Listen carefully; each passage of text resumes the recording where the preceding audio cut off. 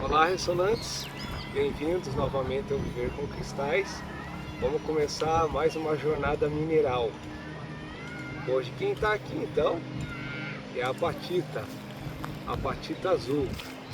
No decorrer do vídeo nós vamos descobrir por que eu escolhi ela como primeiro cristal, a importância dela. Primeiro vamos falar das cores que aparece a apatita, né? Creio que todo mundo conhece a apatita como azul, mas as cores da apatita são muito ricas, uma gama de cores. As mais comuns são então azul e verdes, mas nós também podemos ter incolor, nós podemos ter amarelas e até mais raramente rosas. Bom, o nome da apatita vem do grego apate, que significa iludir, enganar. Olha só, pessoal, outras famílias aqui, como o do berilo, que eu adoro, a gente vai trazer um dia, tem lá águas marinhas, que são azuis ou azuis verdeadas. Nós temos, por exemplo, também nesse grupo as próprias amarelas, né? Os próprios berilo. E nós temos também as esmeraldas, as verdes. Então ela também era confundida com outros minerais, como os quartzos de várias cores, até as turmalinas paraíbas que a gente tem no Brasil, principalmente porque a cristalização, a formação dela é com prismas de 6 lados, né? Então elas são hexagonais, né? Essas que vocês estão vendo aqui, e até deixa eu pegar essas que estão do meu lado, bonitinhas aqui. Vamos lá. Por que essa a gente não está vendo, por exemplo, 6 lados, aquela formação mais padrão? Porque aqui ela está numa forma mais condensada, né? Ela está num formato bem condensado, mas se a gente visse em microscópio, daria para ver a cristalização. Olha só, pessoal, aqui tem uma dessas 3 que eu estou mostrando na mão, que ela até guarda um pouquinho, né, dos prismas, não tão perfeitos. Outra coisa que eu gosto, eu adoro das 3, essa porque ela é bem verdinha, né? É aquele tom que a gente não sabe dizer se é um verde ou um azul, mas aqui ela guarda um pouquinho da formação, né? Eu tenho só, por enquanto, essas azuis mais claras, essa mais esverdeada, né? E a principal bonita, essa que está toda cristalizada. Na parte mineralógica, pessoal, uma coisa que importa muito é a dureza de Mohs. Nós vamos explicar o que é dureza de Mohs. A apatita é legal, ela é a pedra do meio, entre 1 e 10. Ela não é nem tão mole, mas também não é tão dura. Tem que ter muito cuidado com ela. Ela é a pedra padrão da dureza de Mohs 5. Olha que legal, pessoal. Por exemplo, a gente fala da dureza de Mohs de riscar. Um cristal risca o outro, vamos chamar assim. Vou dar um exemplo. Quem vem antes da apatita são fluoritas, ou seja, a apatita consegue riscar a fluorita. E quem vem mais forte que as apatitas, do grupo dos feldspatos, eu poderia dizer pedra da lua, amazonita. Então, riscam a apatita. A apatita também, curiosamente, ela está com a dureza de Mohs muito parecida com vidro e aço. O vidro vai variar um pouquinho, o aço também de 5 a 5,5, ou seja, se riscariam com dificuldade. Outra coisa interessante, pessoal, que eu vou mostrar para vocês em outros vídeos. Eu tenho na minha coleção, no meu santuário lá em casa, o talco, que é o mineral mais mole que nós temos, dá para ser riscado com a unha. Se a gente apertar o talco, ele quebra, ele esfarela toda hora. E também tenho na coleção, mesmo que pequenininho, o rei de todos, o famoso diamante, que é 10. Ninguém risca o diamante, só um diamante pode riscar um ao outro, né? Mas nós vamos falando nos vídeos mais sobre a dureza de Mohs também. Curiosidade de onde elas são mais encontradas no nosso planeta, nos países: China, Estados Unidos, Marrocos, Rússia, e o Brasil está por volta do 5º maior produtor das apatitas, principalmente em Minas Gerais. Fechando a parte mineralógica de hoje, aqui vem o segredo principal, pessoal. A apatita, como o primeiro cristal escolhido, não foi por acaso. A chave é biomineralização. Sendo do grupo dos fosfatos, as variantes são hidroxiapatita, fluorapatita e cloroapatita. Então, a hidroxiapatita, a forma que está na gente, ela é super abundante, ela está em 70% dos nossos ossos e também nos dentes, né, com o esmalte dentário. Mas o que é mais fascinante, que a gente quer trazer como objetivo, é para a pineal. Elas estão na nossa glândula pineal e também nós temos calcitas na glândula pineal. Outra curiosidade, para você ter ideia de como nós somos cristalizados, recentemente, agora em 1992, foram descobertos minúsculos grãos de magnetita no cérebro, no hipocampo e no córtex pré-frontal. Mas nós vamos deixar as calcitas e magnetitas para o próximo tema, pessoal. Entrando na parte metafísica e terapêutica, vamos fazer uma sinergia aqui entre biologia e medicina. E como entusiasta, eu aproveito para citar como base nos meus estudos e referência, né, o pioneiro da glândula pineal, Dr. Sérgio Felipe de Oliveira, que é um neurocientista e um psiquiatra. Então, o que eu gosto muito é que ele vai fazer essa ponte do físico, da parte médica, com fé e espiritualidade. Finalmente, vamos mergulhar agora na glândula pineal. Adoro falar sobre ela. Bom, o nome dela vem porque ela tem o formato de pinha. Ela está exatamente no centro geométrico do cérebro e não por acaso extremamente protegida. Ela é a parte mais vascularizada do cérebro e eu brinco que uma glândula irmã dela, que é a pituitária, é a mais vascularizada. Até porque é uma glândula que regula a quantidade dos nossos hormônios. Eu chamo ela de glândula maestra. Como um órgão neuroendócrino, a pineal, com a função de liberar hormônios, dentre eles eu destacaria a principal, a regulação do nosso ciclo circadiano. Com esse solzinho bonito, especialmente de manhã, ao entrar em nossos olhos, a pineal vai produzir serotonina, que é o hormônio do bem-estar, da felicidade. Olha a importância. E de noite, como a maioria das pessoas sabem, da melatonina, é o nosso hormônio do sono, do nosso descanso. Então esse ciclo também precisa estar bem cuidado, né? Agora vamos fazer brilhar a energia da apatita com a pineal.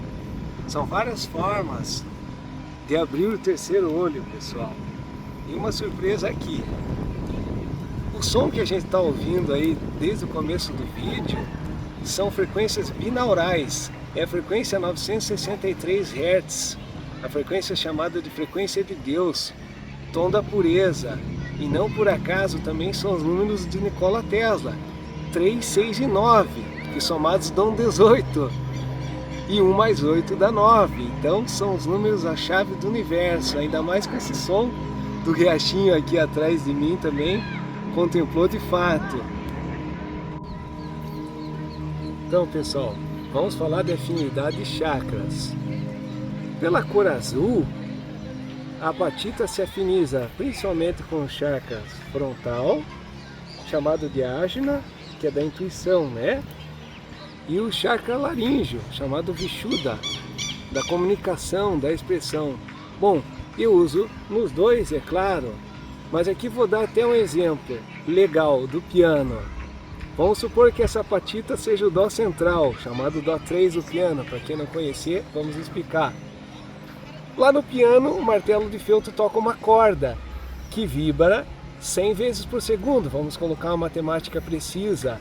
E vai entrar em ressonância de afinidade com os meus cristais da pineal, que por simpatia vão ser colocados também em movimento, e nós já vamos falar de piezo e de piroeletricidade, ou seja, lá as pedrinhas de apatita na minha pineal vão estar vibrando o dobro por simpatia, 200 vezes por segundo. Legal isso da acústica, né, pessoal? Quando uma corda é tocada, a nota, por exemplo, Dó, ela sempre coloca a oitava acima, que é o dobro da frequência em movimento. Então, essa é uma forma legal que eu utilizo para abrir o chakra frontal. Então, pessoal, voltando aqui, saindo do frontal para o laríngeo, eu queria comentar que quem está aqui no canal, mas não conhece meu outro canal, que é Piano Absoluto, eu falei no vídeo de apresentação, né, que eu sou músico, sou compositor, sou professor de canto, professor de piano, né? Então imagine a importância. eu uso muito no chakra laríngeo, esse nosso chakra que é da expressão, né, da criatividade. Essa é uma pedra que eu chamo a queridinha, né, é a pedra dos professores, é a pedra de quem vai fazer uma palestra, quem vai cantar, né? Ou seja, é a pedra importante para os profissionais que têm a voz como ferramenta, né? Então, pessoal, agora vamos lá. O que nós falamos anteriormente ali, piezoeletricidade e piroeletricidade. Eu vou tentar até com a mão aqui mostrar, e é surpreendente para a gente perceber como os cristais têm mesmo energia, têm mesmo eletricidade. Olha, piezoeletricidade, o nome já diz, peso. Como se eu pegasse aqui e fizesse uma pressão no cristal, né? Um estresse físico no cristal, ele libera energia. Da mesma forma, se eu ficar assim com a mão, estamos representando piroeletricidade, que é pelo calor, né? Então, são vários cristais, não só a apatita, que tem essa propriedade de piezo e piroeletricidade. Agora, algo interessante aqui, voltando para a pineal, por exemplo, pessoal, a pineal, ela também tem os cristais dela que são de apatita e calcita, tem essa propriedade de piezo e piroeletricidade. Olha que interessante, a pineal então, a gente veio mostrar muito importante que ela não é só um órgão de produção de hormônios, ela fica como um chip, um transdutor. Essa é a questão que eu mais uso a apatita, porque ela dá conexões superiores, né? Então ela com a antena que nós temos, né? É a parte que nos conecta com Deus, com a fé, com a espiritualidade, seja ela qual for, né? Antes de considerações finais, pessoal, vamos falar da apatita aqui, mais as propriedades energéticas dela. Uma pedra muito legal, eu falo que a apatita ela é uma pedra do porvir, uma pedra do futuro. Eu penso assim, ajuda a gente a se libertar do passado e trazer o futuro, como uma pedra quântica, né? Trazer algo que já está no futuro, que a gente está planejando, uma pedra de organização mental, né? De elevação espiritual, para trazer, né? Materializar nesse nosso plano físico. Outras coisas interessantes da apatita aqui. A apatita lembra muito apetite. Sim, pessoal, na litoterapia ela tem a ver com essa parte assim de, por exemplo, dieta, emagrecimento. É interessante. Ela é tida como uma ajudante nessa nossa fome emocional, né? Desse estresse do dia a dia. Outra consideração que eu lembrei da apatita importante aqui, como fosfato de cálcio e dos ossos, da parte óssea que nós falamos, que compreende 70% dos nossos ossos, né? Muitos usam ela para dores articulares, artrite, artrose. Eu não usei ainda para esse fim. Mas, então, além do chakra frontal e do laríngeo que eu falei, eu gosto muito da apatita para acalmar, ainda mais com esse azul neon lindo, olha aí, com o sol batendo. Então no dia a dia, no estresse, eu trago ela aqui para um ambiente como esse, né? Fico quietinho, meditando, né? Apenas seguro. Me faz um bem enorme, pessoal. Vamos concluir esse vídeo, pessoal. Vamos fugir um pouco do roteiro aí. Vou fazer mais um relato pessoal, né? E até a minha visão. Sempre que a gente estuda, né?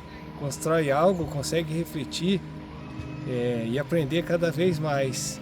Então, pessoal, eu começo dizendo assim, muita gente ainda com os cristais, tem gente que usa os cristais só para parte adorno, né? Eles são lindos e não faz uso, como nós estamos falando da litoterapia aqui, né? Ainda tem muitas crenças, né? Ou até religiões, ou pessoas que têm um receio desse uso, vamos dizer dessa forma, né? Mas curioso que a palavra-chave desse vídeo, né, dessa construção de conteúdo foi biomineralização. Ou seja, vamos lembrar, nós temos cristais dentro da gente. Seria até incoerente dizer que um cristal pode fazer mal. Acho que vai tudo na nossa intenção, né? Bom, e como relato pessoal, eu desde criança sou apaixonado, mas é algo assim, digamos, não tão recente, mas de estudos e uso pessoal, ainda é algo recente que eu tenho feito para mim. Todos os dias eu estou andando com cristais agora, sem exceção. Legal, pessoal? Vou contar aqui que eu já cheguei a colocar os cristais em todos os chakras um dia e sair com eles. Depois eu vou contar como eu faço isso. Outra coisa, pessoal, é que os cristais, eles agem como uma ajuda em sinergia. Se nós falamos de medicina e biologia, vamos dar exemplo. Hoje em dia, né, as pessoas estão passando por muitos problemas, né, da parte de saúde mental, depressão e ansiedade. Então eu brinco assim, né, a gente vai num médico, o médico receita um remédio, o cristal vai entrar como sinergia, nós não precisamos parar nenhum dos dois. Eu mesmo usei dessa forma, né? E aqui vale uma questão, por exemplo, falamos muito da pineal, cuidado com a pineal, nós temos que ter cuidado. Eu assim, para melhorar de muita coisa, né, dos piripaques, que por exemplo eu mesmo já cheguei a ter, o que eu fiz? Por exemplo, cuidados com a pineal, cuidado com o corpo como um todo, né? Dormir no horário certo, acordar no horário sempre certo, buscar alimentação, né? Alimentação muito mais saudável. Vamos lembrar até que tocamos na pineal. A pineal, ela pode causar, né, problemas. A gente pode causar problemas na pineal com alimentos, né? Alimentos que façam oxidação, né? Alimentos não saudáveis, a própria desregulação do sono, né? Que corta aquele ciclo, o circadiano também. Enfim, pessoal, é uma mudança no geral, né? Os minerais trazem essa parte energética como benefício, né? Eu sinto muito isso em mim. Nós vamos trazer vídeos que vão aprofundar nessa questão, né? As pedras que ajudem em depressão, ansiedade, né? E eu também coloco assim para mim, só o fato de a gente ter um cristal, né? Como eu estou aqui no bolso e as apatitas que eu trouxe, né? Nesse momento, com curiosidade, vou mostrar aqui, ó. Eu estou com uma cianita azul e estou com uma calcedônia azul. Pedras que acalmam, né? Essa aqui é a pedra de proteção também, a cianita azul, né? Pedra do Arcanjo Miguel. E a calcita azul, uma pedra também muito legal do chakra laríngeo, né? Uma pedra que eu diria que é para as pregas vocais mesmo, para falar, né? E é isso aí, pessoal, essa é uma experiência super natural, né? Os primeiros vídeos que eu estou gravando como conteúdo, né? Estou me soltando para falar, ainda estou tentando melhorar. Mas é isso, pessoal. Estou convidando todos aí para se inscreverem no canal, né? Deem like e peçam também, né? Peçam conteúdo, descrevam aí se vocês gostaram, né? Deem sugestões, perguntem pra gente ir crescendo com o canal. Um abraço e até a próxima.